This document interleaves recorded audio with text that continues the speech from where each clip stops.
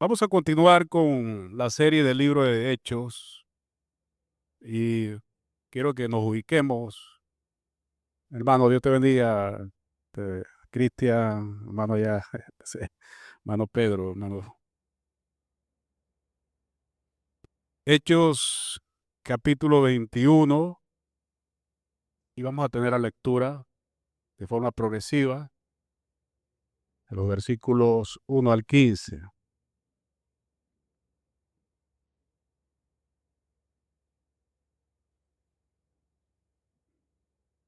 El título de este mensaje o predicación es La fidelidad a la voluntad de Dios. La fidelidad a la voluntad de Dios. ¿Qué hacemos nosotros cuando el camino que nos espera no es tan claro?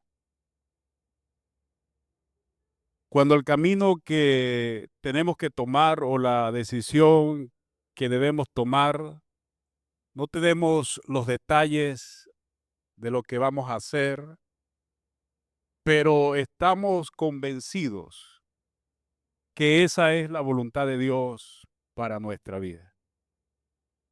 A pesar de lo incierto que pueden ser las cosas, que te encuentras en una encrucijada, estás convencido que Dios no solo está al control, sino que es la voluntad de Dios que avances por ese camino.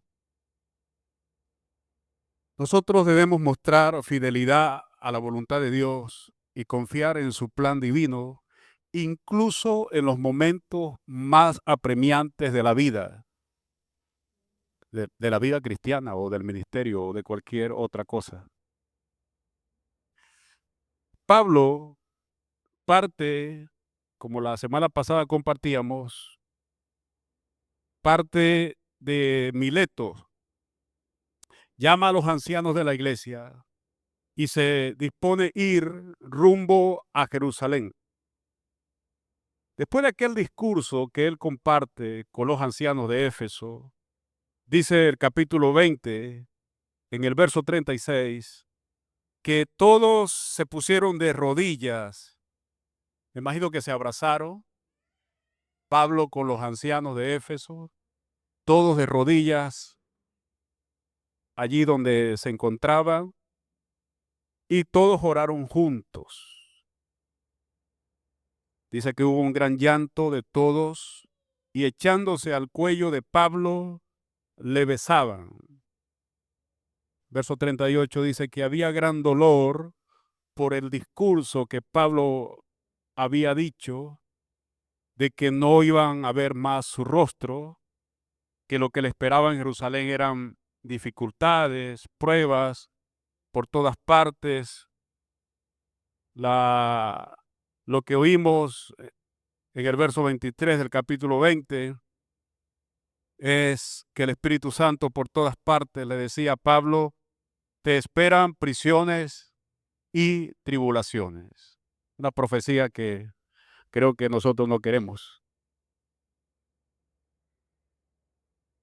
Nos encantan son las profecías de las bendiciones. Pero eso era la profecía para Pablo. Pablo, cuando llegue a Jerusalén, no te van a esperar con una gran pancarta, perdón, diciendo gran cruzada evangelística de Pablo. Bienvenido. No, lo que te esperan es prisiones y tribulaciones. Por eso los ancianos, los pastores, le abrazaban, porque sabían que la voz del Espíritu Santo era creíble, era la voz de Dios hablando. Lo que Pablo estaba afirmando era cierto, y así iba a ser. Pablo parte, dice el capítulo 21, entramos al capítulo 21, que consiguen una nave, un barco, con su equipo misionero y parten rumbo a Tiro.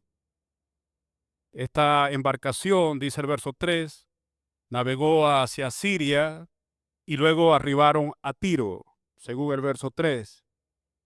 porque el barco donde ellos iban había que descargar, era un barco comerciante.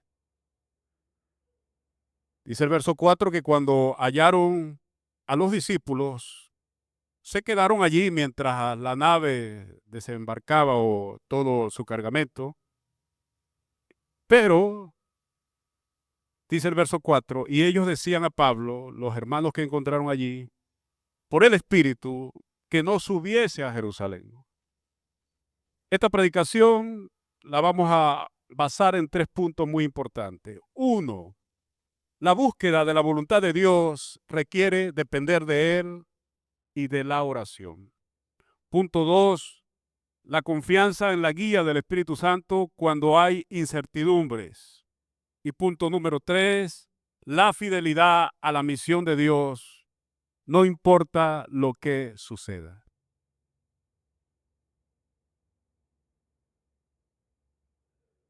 Pablo se despide de los ancianos. Ahora se encuentra ante un viaje lleno de incertidumbres, pero estaba convencido que el Espíritu Santo le guiaba y tenía una plena convicción que él iba a cumplir su misión. Número 1, la búsqueda de la voluntad de Dios requiere depender de Él y oración. Hermano, las partidas como las despedidas son tristes. Y en todas esas cosas nosotros tenemos que buscar la dirección en oración y comunión con Dios. Estamos viviendo o hemos vivido un tiempo donde hemos visto a nuestros hermanos partir fuera de la nación, familias despedirse, pero también hemos visto hermanos que han partido con el Señor. Las partidas son tristes y sobre todo cuando sabemos que lo que le espera a la persona no es nada fácil. Por eso, ese tipo de situaciones debemos someterlas al Señor en en oración y comunión con Dios. Cuando Pablo llega con su equipo a Tiro, nosotros encontramos allí una comunidad cristiana que le estaba esperando y otra vez el Espíritu Santo tratando con Pablo y nosotros podemos observar la relevancia también de la búsqueda del consejo de Dios a través de la comunidad cristiana. Ellos estaban diciéndole, Pablo, esto es lo que te espera, nosotros te aconsejamos que no subas a Jerusalén, pero Pablo estaba convencido que tenía que ir.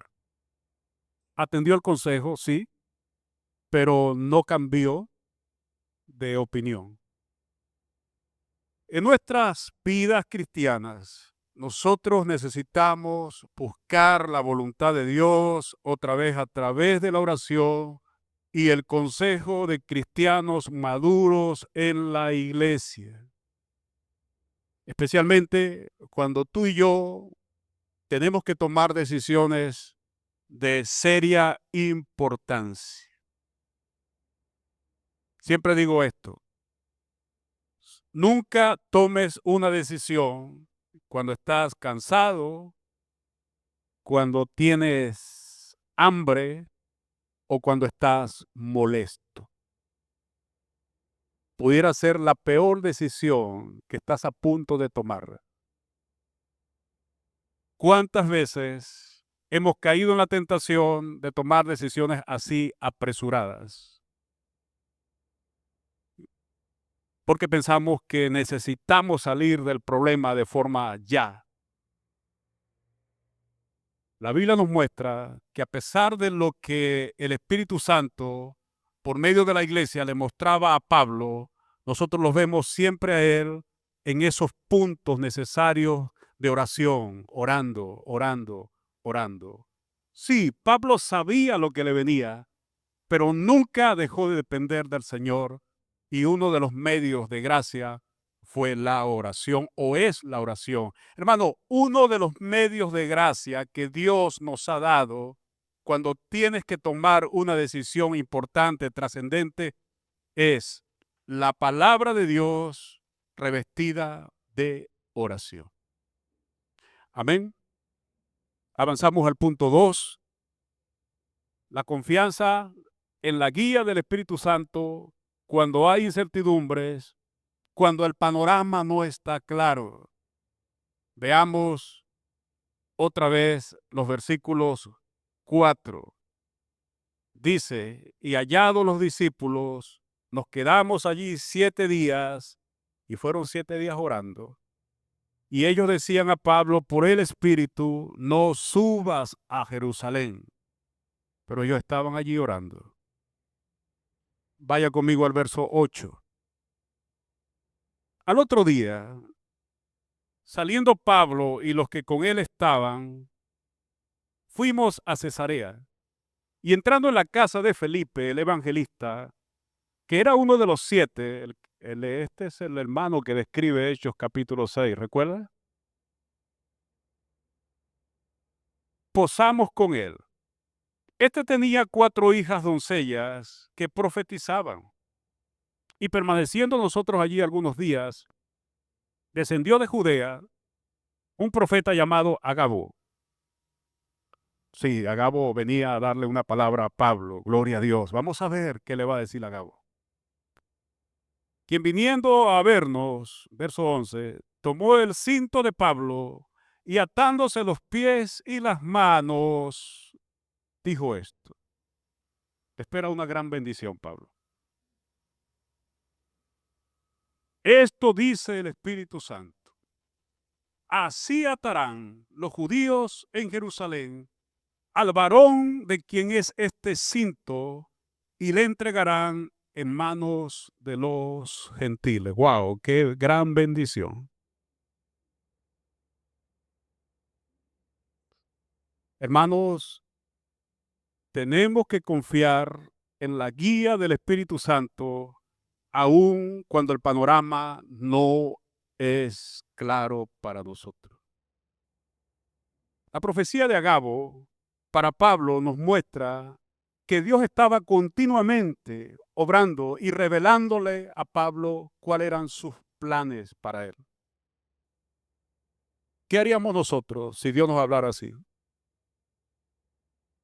La advertencia de Agabo sobre lo que le esperaba a Pablo ilustra la importancia, escuche, la importancia de escuchar, pero no solo de escuchar, sino de obedecer la voz de Dios. Incluso ante una predicción que era verdadera y al mismo tiempo era muy desalentadora. Pablo sabía que la voz de Dios no iba a cambiar. Hermano, cuando el Señor nos habla con determinación. Cuando el Señor te habla, Él no va a cambiar. Él tiene planes para nosotros, incluso aunque a veces podamos pensar que eso no es de nuestro agrado. Y aquí viene esta aplicación.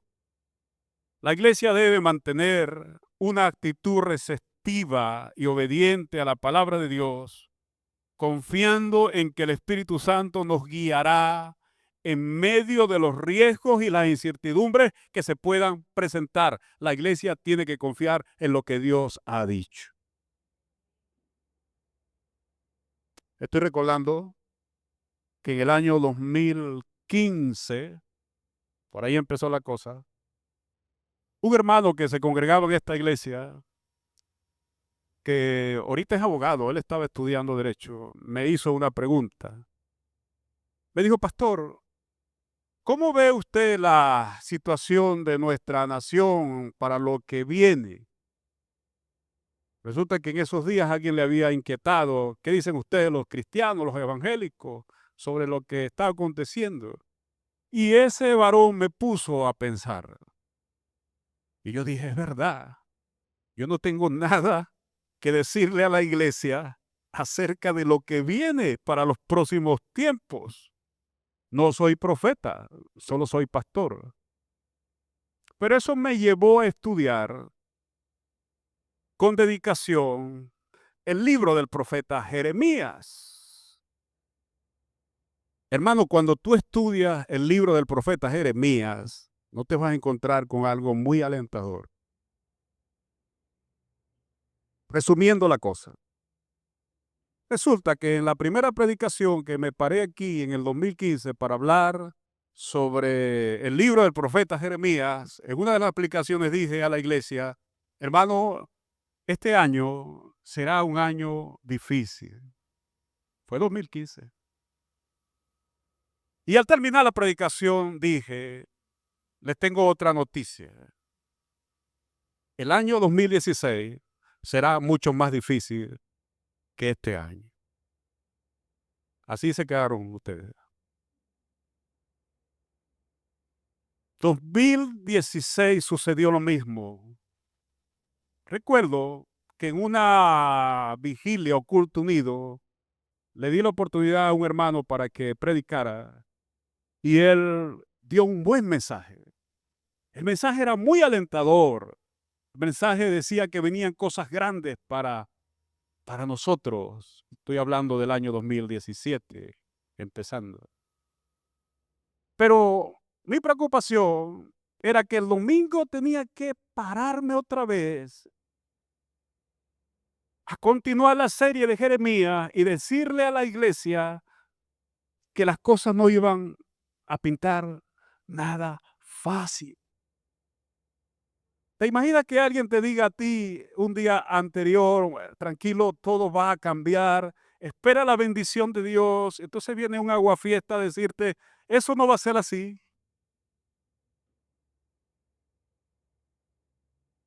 Ahí tienes a Pablo por todas partes, el Espíritu Santo diciéndole lo que te espera cuando llegues a Jerusalén, no es una pancarta de rosas. Y yo recuerdo que aquella mañana me paré, prediqué sobre Jeremías y al final dije, ustedes vieron que el 2016 no fue fácil. Bueno, les tengo una noticia. Este 2017 será mucho más difícil. Y todo el mundo enmudeció y nadie dijo amén.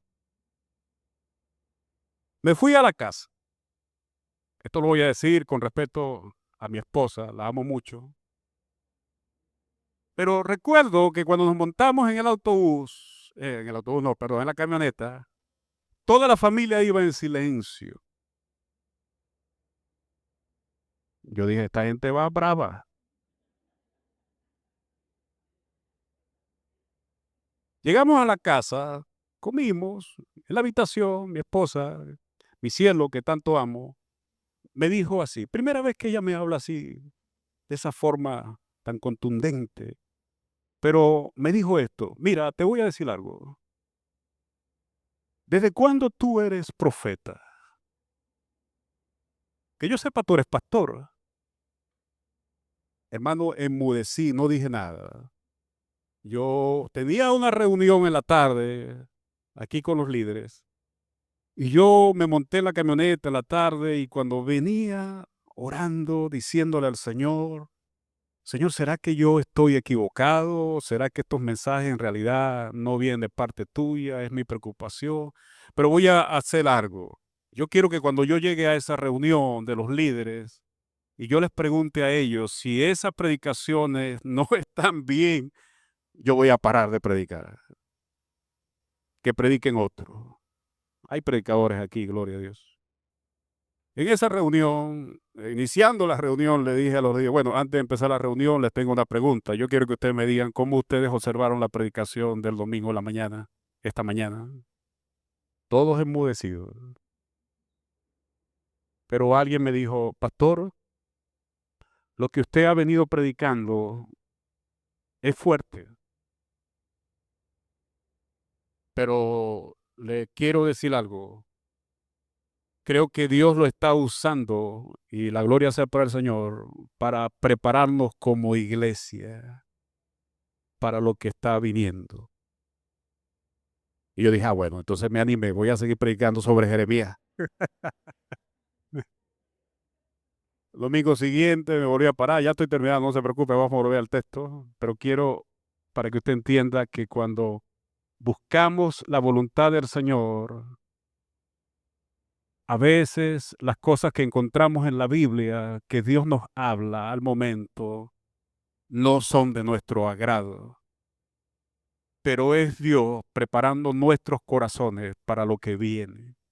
Y así estaba Dios tratando con Pablo. No estaba la palabra escrita como la tenemos hoy, gloria a Dios, pero estaba la voz del Espíritu Santo actuando, estaba la comunidad cristiana siendo el intermediario de la voz de Dios, diciéndole a Pablo, las cosas no pintan bien, las cosas parece que no van a ir como tú quieres, pero yo estoy contigo, Pablo, sigue adelante. Y es lo que necesitamos entender esta mañana. Que aún en medio de la incertidumbre y cuando las cosas, el panorama no está claro para nosotros, aunque todo parece negativo, tenemos que tener la confianza en la guía del Espíritu de Dios en medio de esas incertidumbres. Algunas veces, y yo creo que la mayoría de las veces, nosotros no alcanzamos a entender lo que Dios nos está diciendo. Pero es allí, mis hermanos, donde nos toca afirmarnos y mantenernos en la disposición de aceptar que Dios nos está hablando. En ese tiempo del 2017, estaba en el aeropuerto de Maiquetía con otro pastor que veníamos de Maracay hacia Barcelona y los dos estábamos así pensativos. Recuerde, 2017. Estamos hablando de la situación de nuestras iglesias, del país. Y yo le dije a él, con mucho respeto, te quiero decir que el problema de este año no es la economía. El problema de este año es que muchos predicadores se han parado en los púlpitos de nuestras iglesias y han dicho cosas que no vienen de parte de Dios. Y la gente recibiendo esas palabras se animaron, pero mira dónde estamos ahora. 2017, muchas de nuestras iglesias quedaron literalmente vacías. Y él me quedó mirando y me dice, ¿por qué dices eso? Porque lo que estás viendo. Si hubiéramos tenido la responsabilidad, la sensatez de afirmarnos como hombres de Dios y decirle a la iglesia, las cosas no están viniendo bien, las cosas van a venir peor, pero el Dios que nos ha salvado está con nosotros, tenemos que estar tranquilos, las iglesias no hubiera ocurrido ese éxodo que hubo en muchas congregaciones. Digo esto porque la Biblia nos muestra esa plena confianza de Pablo a pesar de las incertidumbres y de las voces negativas que estaban alrededor de él. Pero Dios estaba hablando. Amén. Número 3. La fidelidad a la misión del Señor, la fidelidad a lo que Dios te ha dado. Dios te ha dado una familia, Dios te ha dado un hogar, Dios te ha dado un matrimonio, Dios te ha puesto por gracia en algún área del ministerio, Dios te ha entregado algo. Bueno, sé fiel a eso, sé fiel a eso, aún en medio del sufrimiento y la incertidumbre. Sé fiel a eso. La fidelidad a la misión. Pablo mostró su fidelidad aún en medio del sufrimiento que le aguardaba y de las cosas que no estaban claras para él. Fíjese lo siguiente, vamos otra vez allí al verso 12, capítulo 21. Ahí está Agabo profetizándole a Pablo, Pablo, mira lo que van a hacer contigo cuando llegues a Jerusalén. Así te van a apresar y te van a entregar en manos de los gentiles. Inmediatamente la reacción es esta, ¿no? Al oír el verso 12 dice, al oír esto, ¿qué le dijeron los hermanos? ¿Qué le dijeron los hermanos? No, Pablo, Pablo, no vayas para allá. Mira lo que está diciendo Agabo. No vayas para allá. Nosotros le rogamos que los que estaban allí, dice, y los de aquel lugar, los otros hermanos, recuerden que están en la casa de Felipe, el evangelista, y le rogaban, no subas a Jerusalén. Pero aquí viene algo clave para nosotros, de parte de un ejemplo de Pablo. Ve al verso 13.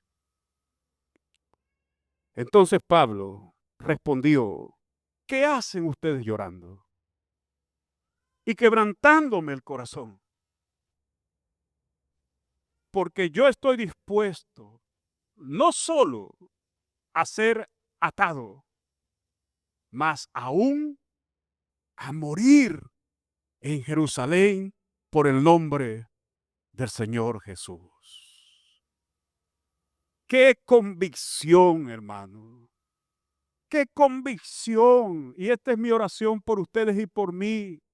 Hermano, que cuando nos lleguen esos momentos de incertidumbre, de confusión, de cosas que no queremos escuchar, nosotros nos mantengamos convencidos de que Dios está con nosotros, pase lo que pase.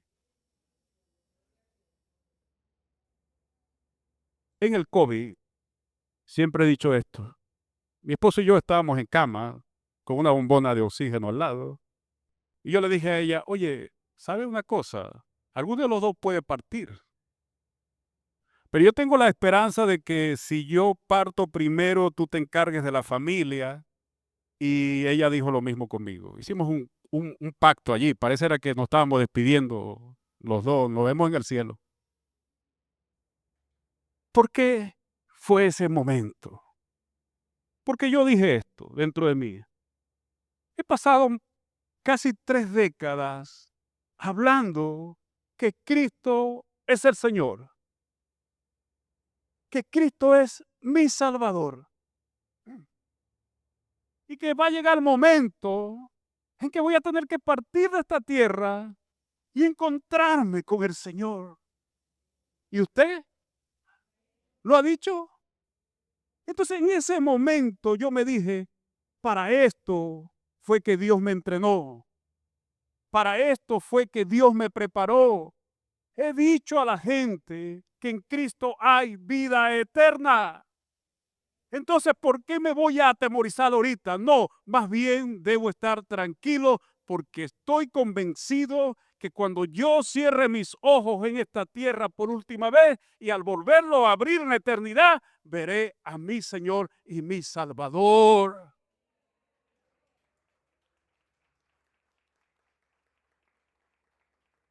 Claro, lo único que me dolía era dejar a una viuda con una carga familiar.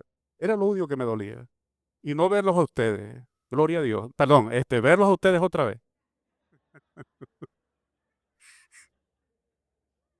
Pero, hermano, uno tiene que estar convencido de lo que ha creído. Amén, hermano. Claro, hermano. ¿Qué es el Evangelio? ¿Qué es el Evangelio? Cristo murió por mis pecados, pero no se quedó en una tumba. Se levantó al tercer día de entre los muertos, ha resucitado con poder y ahora está sentado a la diestra del Dios Padre y de allí ha de venir a buscar a su pueblo.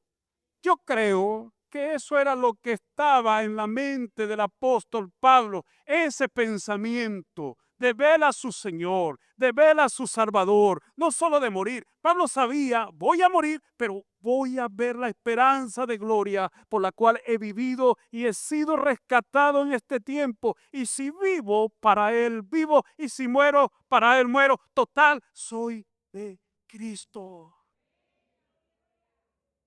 Ese convencimiento, mis hermanos, esa plena certidumbre de que tú eres del Señor, de que Dios te ama profundamente y no importa lo que pase, Él estará contigo hasta el último momento en que estés sobre esta tierra para luego estar en la eternidad.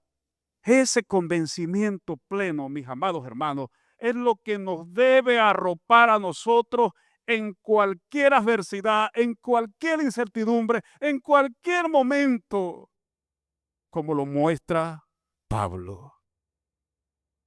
Otra vez quiero leerlo porque es desafiante. Versículo 13. ¿Qué hacen ustedes llorando? Quebrantándome el corazón.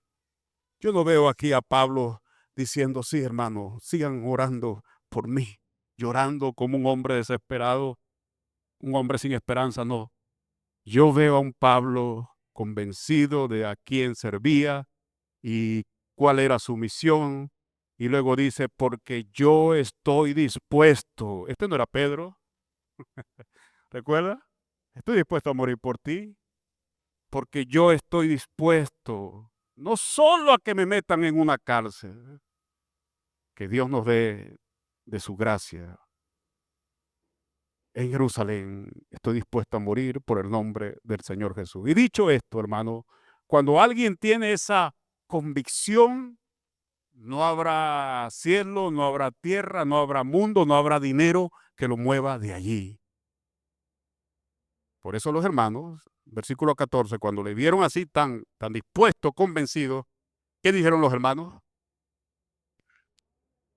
Bueno, hágase la voluntad del Señor. Y era la voluntad del Señor, ¿sí o no? Este no es el tipo de voluntad del Señor que queremos a veces, ¿verdad? Este es el problema, hermano. Mire, hermano amado, el problema no es nuestra prosperidad.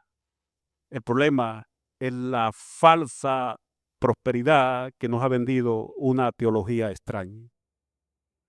Que tú ni yo no vamos a pasar por el sufrimiento, que tú y yo no vamos a ser procesados, que tú y yo no vamos a tener enemigos del evangelio, que todo va a marchar bien. No, hermanos. Ojalá fuese así y no como las cosas que estoy diciendo. Pero nos llegarán los momentos difíciles. Allí aflorarán dos cosas en los momentos difíciles. ¿De qué tú estás hecho? Si estás hecho de emociones o estás hecho de convicciones. Cuando tú dices, yo sé en qué me metí y fue mi decisión, y usted está convencido, usted va a seguir adelante, pase lo que pase. Amén. Cuando usted dice y da ese paso y dice, prometo estar con esta chica y este chico, pase lo que pase, si me da real, si me da dólares, euros, si hay o no hay, esa es una decisión. Cuando su esposa le llega y le dice, mira, aquí está la noticia, tenemos un nuevo visitante en casa. ¿Qué van a hacer los jóvenes? No, hay que ir al médico. Eso no puede ser. Eso no está en nuestros planes. Tenemos que deshacernos de esto. ¿Es eso lo que Dios quiere?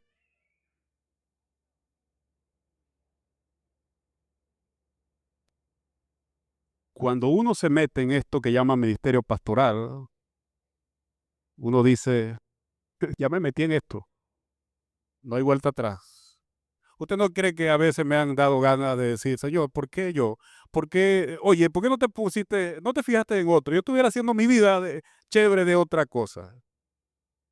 Pero uno se mete en esto y uno tiene que avanzar.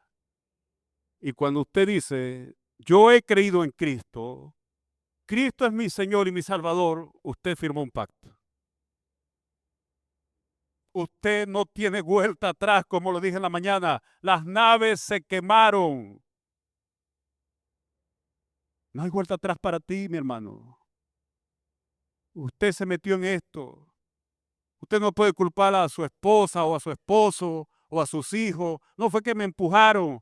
Usted dijo claramente, creo que Cristo es mi Señor y mi Salvador. Usted se ha convertido, ¿sabe qué? En un esclavo. ¿No le han dicho eso? Usted lo que hizo fue cambiar de dueño, o mejor dicho, alguien cambió de dueño por usted. Su dueño era Satanás. ¿Lo sabía?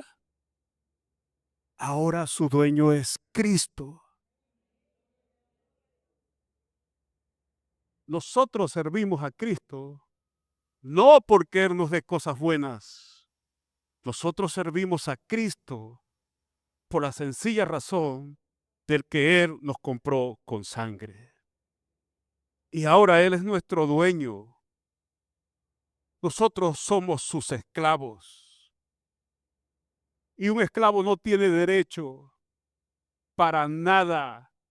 Un esclavo no tiene derecho a decirle al Señor, ¿por qué? ¿Por qué me están pasando estas cosas a mí? ¿Por qué no te buscaste a otro? Un esclavo no tiene ningún derecho. El único derecho que tiene un esclavo es haz lo que te digo y punto. Y eso ha hecho Cristo con nosotros. Si usted está viviendo un tiempo de incertidumbre, Jesús lo que le está diciendo es cree en mí y punto. Si usted está pasando por un momento de situación difícil financiera, el Señor lo que le está diciendo es yo soy tu proveedor y tienes que creer en mí y punto. Si usted está pasando por un momento de enfermedad, el Señor lo que le está diciendo es dos cosas. Yo te voy a sanar, tranquilo, confía en mí. Pero si no lo haces, sabes que vas a partir conmigo y estarás en la eternidad. Y punto. Es así la vida cristiana. Estos no son mensajes que agradan al oído de muchas personas, pero así es la vida cristiana. La vida cristiana, mis amados hermanos, es una vida de desafíos pleno en todo momento. Usted se cambió de bando, usted dejó el bando del diablo y ahora está en el bando de Cristo y por eso el mundo está contra ti. Porque tú no eres del mundo, tú eres de Dios. Y si nos acomodamos al mundo, estamos mal, estamos muy mal, porque vamos a comenzar a vivir el Evangelio por emociones y no por convicciones. Y esta vida, la única forma en que tú la vas a vivir hasta que partas de aquí es por convicciones. Estoy convencido que el que empezó en mí la buena obra la va a terminar. Pase lo que pase. Vengan pruebas, vengan tiempos de prosperidad, vengan lo que sea, no me voy a mover de esta línea. Soy de Cristo. Ahora, no los quiero desanimar, porque hasta yo he orado así. Señor, ya que me metí en este asunto por llamado, yo solo te quiero pedir una cosa. Permíteme vivir de tal manera que traiga gloria a tu nombre y que aunque no me des muchas cosas, pueda vivir una vida de honra. Que nadie me encuentre por allí en una esquina, hurgando en la basura para llevarle a los míos. Es así como tienes que tomar la vida cristiana. Quiero vivir una vida que traiga gloria a tu nombre, pero permíteme vivir con honra, pase lo que pase, a su nombre. Luego, la aceptación plena, después que Pablo dice, mire, hermanos, quédense tranquilos, que yo estoy dispuesto a esto, la aceptación plena de la voluntad de Dios se refleja en la disposición de los otros. También fueron impactados de seguir siendo fieles al Señor sin importar los costos. Por eso ellos dicen, ¿verdad? Verso 14, bueno, Pablo, si eso es así, hágase la voluntad de nuestro Dios. Si tú estás mirando a un hermano que está en sus últimos días y ese hermano o esa hermana te dice a ti, hermano, ya no ores por mi salud. Ora para que yo parta con el Señor. ¿qué harías tú? No, hermano, no me pida eso. Mire que allá le están esperando la familia. ¿Qué harías tú? Yo sé lo que yo haría. Nosotros tenemos que estar convencidos a quién le pertenecemos. Amén. Como comunidad cristiana necesitamos tener esa misma valentía, ese mismo compromiso de seguir la voluntad de Dios otra vez, incluso cuando enfrentamos dificultades o incertidumbres en nuestro camino. Ahí ves a Pablo, ves a los demás diciendo, ok, bueno, no nos queda otra. Dice el verso 15, después de esos días, yo me imagino que todos estaban mirando a Pablo, orando por él, y todos en silencio, pensativos, lo que Pablo había dicho. Después de estos días, hechos ya los preparativos, dice en plural, subimos. No dice, y Pablo lo dejamos que se fuera solito. Subimos. Es decir, ellos dijeron prácticamente, bueno, Pablo, si a ti te espera eso y a nosotros también nos salpica este asunto de que tenemos que morir por la causa de Cristo, sea la voluntad del Señor. Y así termina el relato. Después de esos días, hechos ya los preparativos, subimos a Jerusalén y vinieron también con nosotros otros hermanos de Cesarea y allí sigue la historia. En conclusión, Dios siempre tiene un plan. No crea que Dios no tiene un plan. Dios siempre tiene un plan y nos llama a confiar en su liderazgo y en ser fieles con una absoluta certeza de que el Señor está en control de todas las cosas. La historia de Pablo en Hechos nos debe inspirar a seguir su ejemplo en cuanto a ser fieles al Señor y esa plena confianza del plan divino que Dios tiene, buscar su voluntad, escuchar la voz del Señor en oración y ser fieles allí al Señor. Mi llamado final para ustedes es este. ¿En qué áreas de tu vida necesitas confiar más en Dios y sus planes soberanos? Si estás por tomar una decisión. ¿Sobre qué áreas, mis hermanos y mis amigos, necesitas orar hoy por guía y fidelidad al Señor? Que Dios te ayude a seguir adelante. Y mi invitación para algún amigo que se encuentre entre nosotros es, tú necesitas confiar en Cristo. Venir a sus pies y creer en Él como Señor y Salvador de tu vida.